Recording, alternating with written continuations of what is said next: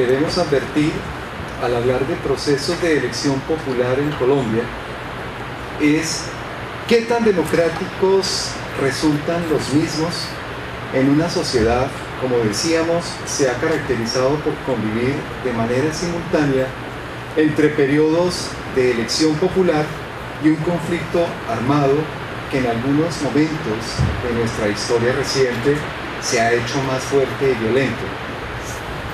Basta recordar tan solo el siglo XX y sus diversos escenarios de conflictividad que surgieron de forma cíclica para consolidar una nación moderna, siendo esta la primera paradoja de su particular historia, como resulta el hecho de que a pesar de la violencia política sufrida, se calcula que entre 1948 y 1962 se dieron 200.000 muertos aproximadamente.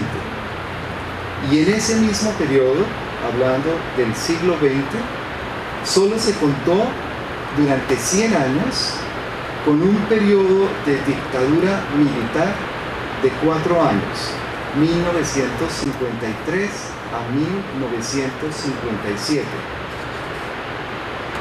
En un siglo, reitero, en que prácticamente la mayoría de las naciones vecinas del continente, cercanas a Colombia, superaron en años e intensidad la presencia con dictaduras militares y líderes militares. Argentina, Chile, Uruguay, Paraguay, Brasil, Ecuador, parte, y Panamá. Y por supuesto, Venezuela, como periodos intercalados con una dictadura civil-militar. La gráfica expuesta nos ilustra de manera muy general cómo ha sido la dinámica del fortalecimiento político. Entonces, vendría la pregunta que queremos hacer. ¿Qué solidez exhibe nuestra democracia? Esa es la pregunta en Colombia, cuando nosotros nos hemos estado moviendo entre elecciones populares y una insurrección abiertamente armada, simultáneamente, casi de manera secuencial y repetitiva. Nos desplazamos entre una elección popular, bien sea para elegir un alcalde, un gobernador o incluso el presidente de la República, como elementos previos al paso de un escenario de protesta social, bien sea porque no se cumplieron las expectativas de los ciudadanos, el Estado dejó de lado sus obligaciones o los logros del gobierno de turno, no se resuelven viejos problemas arraigados en las estructuras profundas de una sociedad como la nuestra, que se ha levantado entre la inequidad social y la modernización, para dar lugar a una contrarreacción del establecimiento que puede terminar en represión legal y abierta criminalización de la protesta social, que más que debilitarla a la protesta, ha permitido, paradójicamente, canalizar los esfuerzos de múltiples movimientos sociales que terminaron por justificar de una u otra forma cíclica la insurrección como delito político.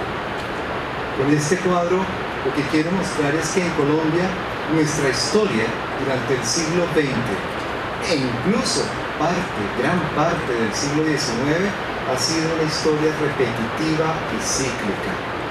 Elecciones, descontento, insurrección, inserción, elecciones y así sucesivamente.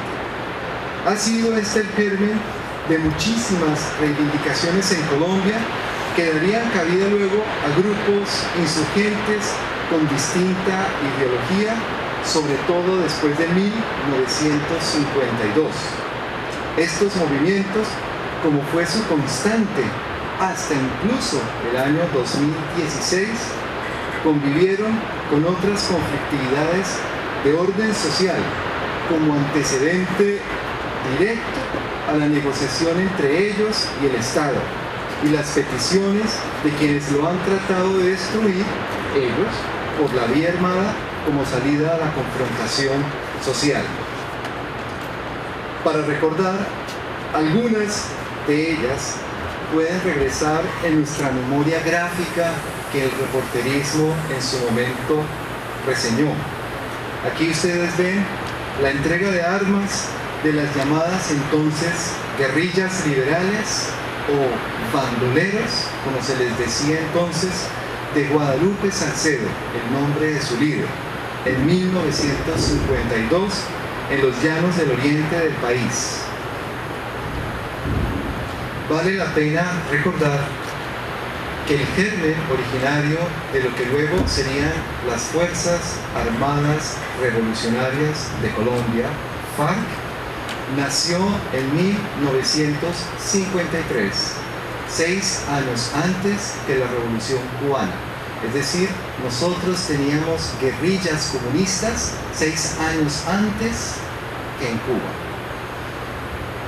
O esta otra, que es del movimiento 19 de abril, M19, en 1990, que había surgido precisamente por un dudoso proceso de elecciones presidenciales a inicios de los años 70. O desde la otra orilla ideológica, con los grupos paramilitares de derecha prestos a entregar sus equipos de campaña y armas durante el proceso liderado por el entonces gobierno de Álvaro Uribe en 2006, cuando dejaron las armas 32.000 militantes guerrilleros de derecha o llamados paramilitares. Aunque no fueron en ningún caso procesos sencillos, estos ciclos abrieron la posibilidad del ejercicio democrático en Colombia, con la reinserción a la vida civil de miles de combatientes que luego en algunos casos y de manera afortunada les permitió tomar el camino de la legalidad política a cambio de dejar las armas. Otros, no tan afortunados, de regresar al pasado y abrir nuevos frentes de batalla. Y otros tantos de terminar asesinados en retaliaciones y venganzas confusas. No es distinto el último proceso que ha acaparado la atención del mundo en Colombia desde el año 2012, cuando el gobierno de entonces del presidente Santos decidió abrir un espacio en medio de la confrontación armada a las Fuerzas Armadas Revolucionarias de Colombia, Ejército del Pueblo, FARC-EP. Todo este contexto es fundamental para entender lo relevante y definitorio que se constituyó el proceso de paz alrededor de las elecciones que vendrían luego, de manera sucesiva, dentro del país en estos últimos 2 años, 2016 al 2018. Hemos tomado como referente 5 procesos que hemos vivido de entonces a hoy, aunque ahora, por supuesto, solo estaremos hablando del 2018. Se presenta entonces de esta manera la tesis que aquí se propone para discusión como parte de la situación compleja que hoy vive Colombia. Y es que fueron las negociaciones con las FARC las que finalmente marcaron el rumbo político del país a partir del 2016 y hasta hoy, marcando la pugna política de líderes y partidos para definirse o bien a favor de quienes apostaban por el proceso o consideraron del otro lado que antes que la paz lo que había era una claudicación del Estado, por lo que había que corregir el rumbo no solo en el plebiscito del año 2016, sino también en las elecciones parlamentarias de marzo y las presidenciales de mayo del año presente, 2018. Lo que ustedes ven ahí es eso, proceso que hemos vivido desde octubre del 2016 cuando se decidió refrendar el proceso de negociación, el documento que había que refrendarlo en octubre de ese año. Como ustedes saben, la mayoría, por 53.000 votos, se decidió que no. Luego, el proceso de elecciones que tuvimos este año, 11 de marzo del 2018, elecciones legislativas para votar por senadores del Congreso, donde el partido opositor a los acuerdos terminó ganando cerca del 65% del escaño total del Congreso. Y luego las dos elecciones similares, primera y segunda vuelta, del 27 de mayo y del 17 de junio. Interesante proceso, porque entre uno y otro hubo 3 semanas en las que prácticamente el país se paralizó y se polarizó en torno a quienes creían debía continuarse con el proceso y quienes creían que había que pararlo. Lo decían abiertamente: el proceso de paz hay que hacerlo trizas, decían públicamente en las intervenciones. Y finalmente, no vamos a hablar mucho de eso, en la consulta anticorrupción, que de alguna manera algunos de los partidos tuvieron mucho que ver porque lo asociaban al viejo establecimiento o al cambio. Esto se dio el pasado 26 de agosto. De ahí en adelante, entonces, vamos a tener 5 procesos, pero solo, como les decía, hablaremos de uno, que ustedes observan, aunque con objetivos electorales y tiempos muy diferentes, los cuales terminaron por marcarse en un solo problema para todo el país: el de lograr o no la paz con la organización guerrillera más antigua del hemisferio occidental, o la continuidad de aquellos que argumentaban la legalidad ante la pérdida para un sector que dejaban estas negociaciones. Los voceros políticos de la oposición, por ejemplo, lo matizaron bajo estas palabras: paz, sí, pero sin impunidad. Y aquellos más radicales: paz, sí, no ante la claudicación del Estado, ante el llamado castrochavismo, por lo cual era mejor dar continuidad a una lucha abierta contra el terrorismo internacional proveniente del comunismo. Aún así, estamos hablando de una guerra cuyas cifras parecen estar fuera de toda consideración humanitaria. Contabilizadas tan solo desde 1981, nuestras víctimas suman más de 7 millones de personas, civiles, objeto de asesinato, desaparición forzada, minas antipersona. Superamos a Afganistán en ese sentido, y a cualquier otro conflicto que se haya dado al lado de este planeta.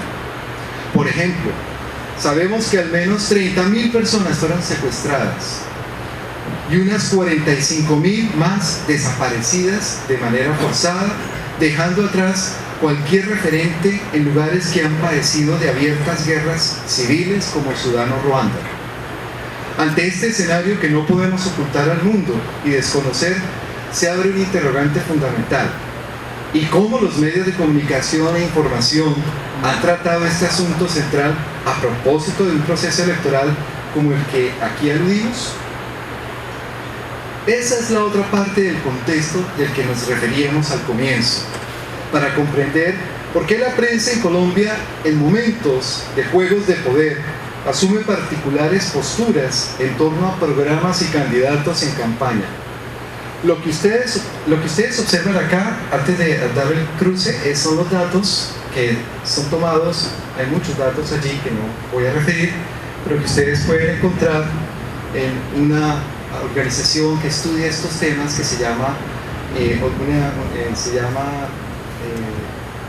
una ONG, que ahora se me escapa el nombre, pero normalmente hacen estudios para mostrar a través de infografías resultados muy didácticos, llamémoslo de esta manera, para la comprensión de un tema tan complejo.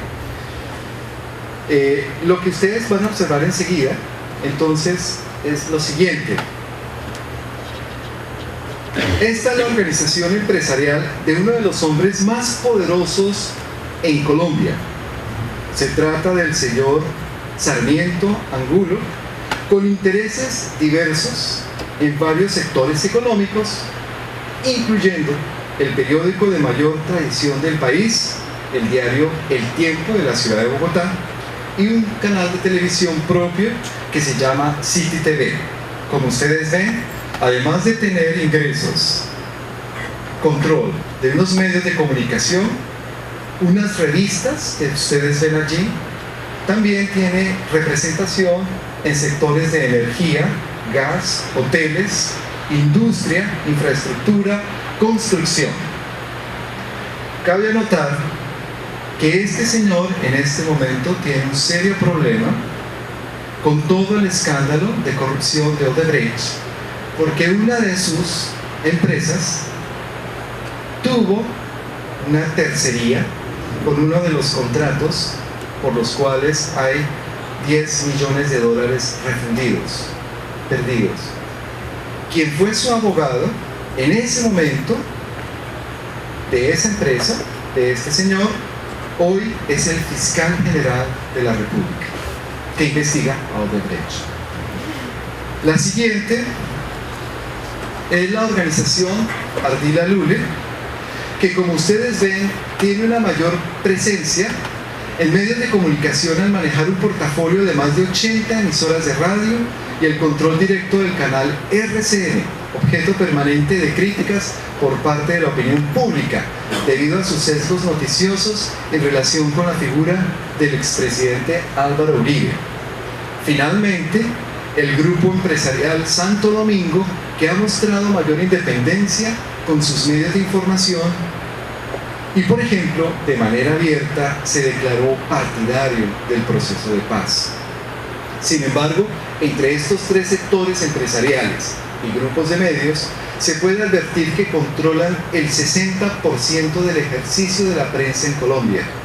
El restante 40% se distribuye entre otro empresario de las comunicaciones, el señor Carlos Slim, mexicano, y algunos grupos más pequeños cuya participación, en todo caso, está alrededor del 6 al 10%.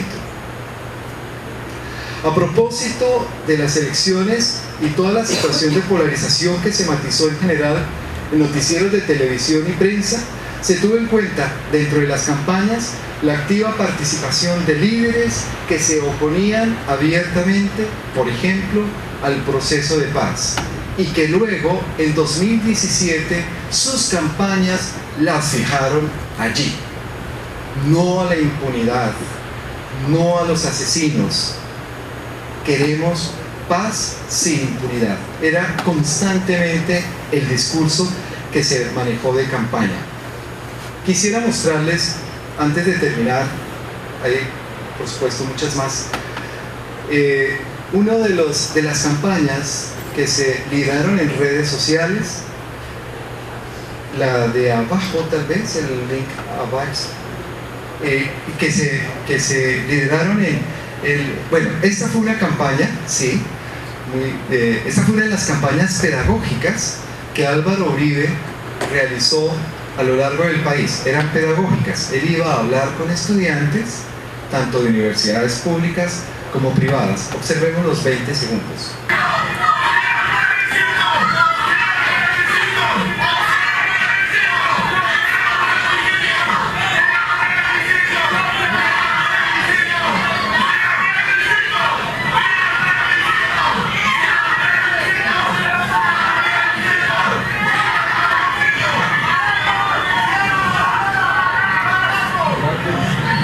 Las últimas palabras que le grita es paraco.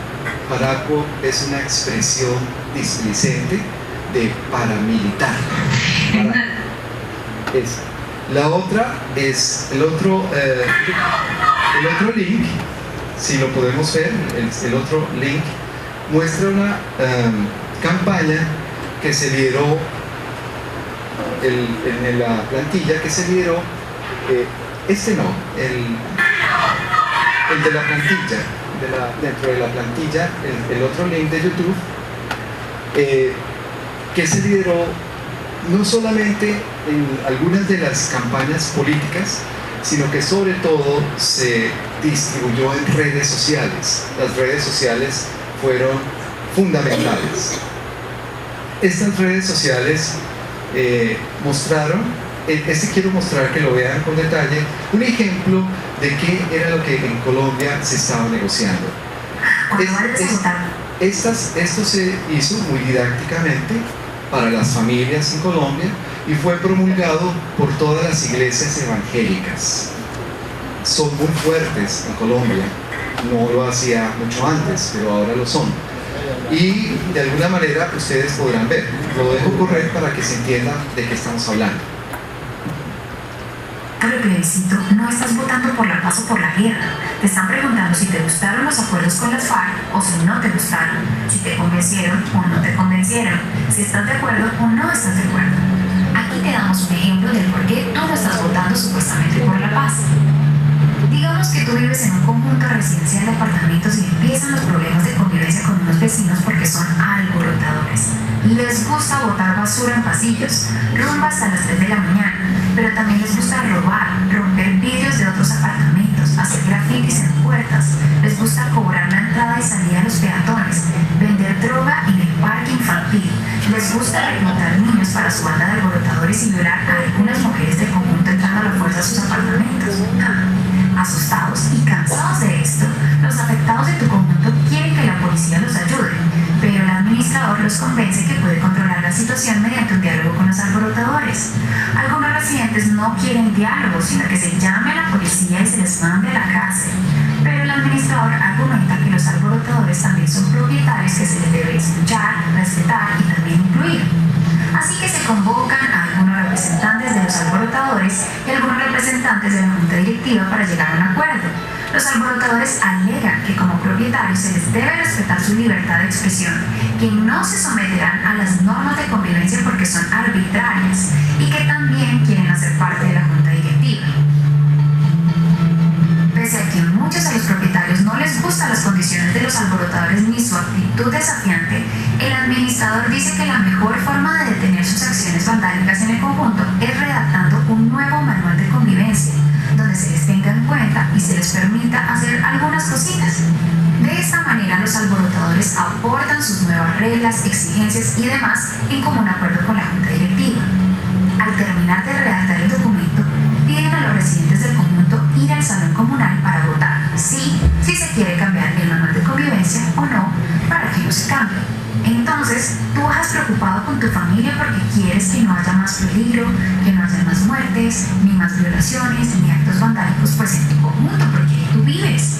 Y al bajar a votar te encuentras con el siguiente panorama, que es lo que está pasando hoy en Colombia.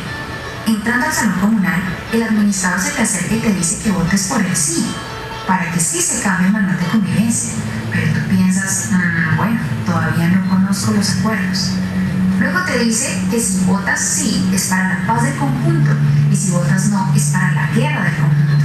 Entonces eso te preocupa y te pusiste a leer los acuerdos y a informarte. Te das cuenta que modificaron muchas cosas del manual de convivencia y que permiten a los alborotadores seguir haciendo de las mismas, entre esas que seguirán botando basura, seguirán con fiestas hasta las 3 de la mañana, ahora los vándalos harán parte de la junta directiva y otras cosas de las que no te gustaban antes. Miras a tu alrededor y piensas esto, que al administrador no le queda nada bien hacer fiestas y regalar premios a los residentes del conjunto diciéndoles que voten por el sí. Ya que te preocupa porque ves que tus vecinos no están leyendo los acuerdos, sino que están muy entretenidos con las celebraciones. Tampoco le queda bien al administrador escribir en las circulares y poner en todas las carteleras del conjunto que votes sí, pues te preocupan las concesiones que se le dieron a los alborotadores. En sana justicia, el administrador no debería saturar a los residentes diciendo que voten sí, o digamos que pasara lo opuesto y llenara de circulares o fiestas diciendo que voten no, pues él debe ser responsable y neutral. Lo mismo pasa con el plebiscito. Necesitas conocer muy bien los acuerdos que se hicieron con las FARC, ya que después de aprobado no se podrá modificar y tendrás que vivir y someterte a esas nuevas reglas. Y no solo tú, sino también tu familia, que vive en ese mismo conjunto y en esa misma Colombia.